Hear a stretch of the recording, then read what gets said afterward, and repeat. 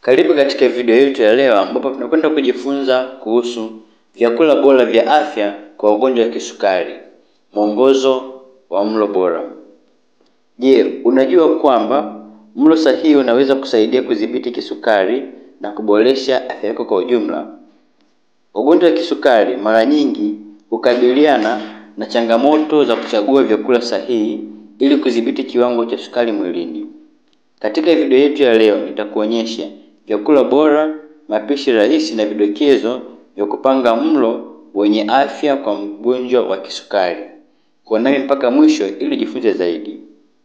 Vyakula vinavyoruhusiwa kwa ugonjwa wa kisukari.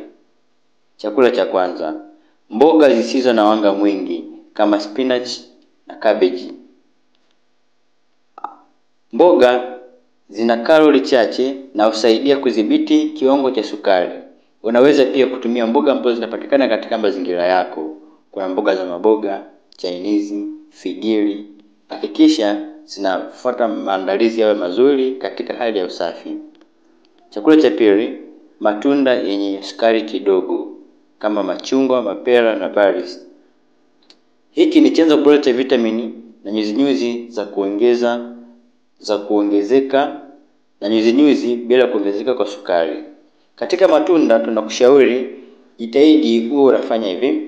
Unachukua tunda moja kama ni nanasi au wembe au chungwa, unakata katika vipande 8, alafu wewe unakula kile kipande kimoja kama ni mgonjwa wa kisukari. Lakini pia kuna chakula kingine, nafaka zisizokobolewa.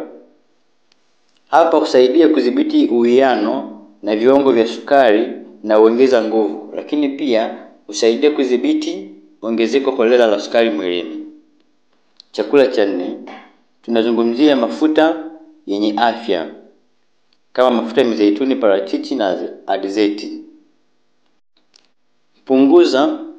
Kwa hiyo tunashauri kutumia mafuta ambayo hayagandi mwilini kama mafuta ya mimea. Hii inasaidia kupunguza ongezeko holela la sukari mwilini. Cha 5 ni protini zenye mafuta kidogo kama samaki, kuku na maharagwe. Kwa hiyo unaweza ukapata protini au kutoka kwenye vyanzo hivi ambavyo tumeviweka hapa: samaki, kuku na maharagwe, au vyakula au nyama ambazo hazina asili ya mafuta ya kuganda. Kwa mfano nyama ya ng'ombe, hizi huwa mafuta yake ni ya kuganda. Kwa hiyo hatushauri sana mgonjwa wa sukari awe anatumia nyama ya ng'ombe. Jinsi ya kupanga mlo kwa mgonjwa wa kisukari. Cha kwanza, usawa wa chakula kwenye sahani.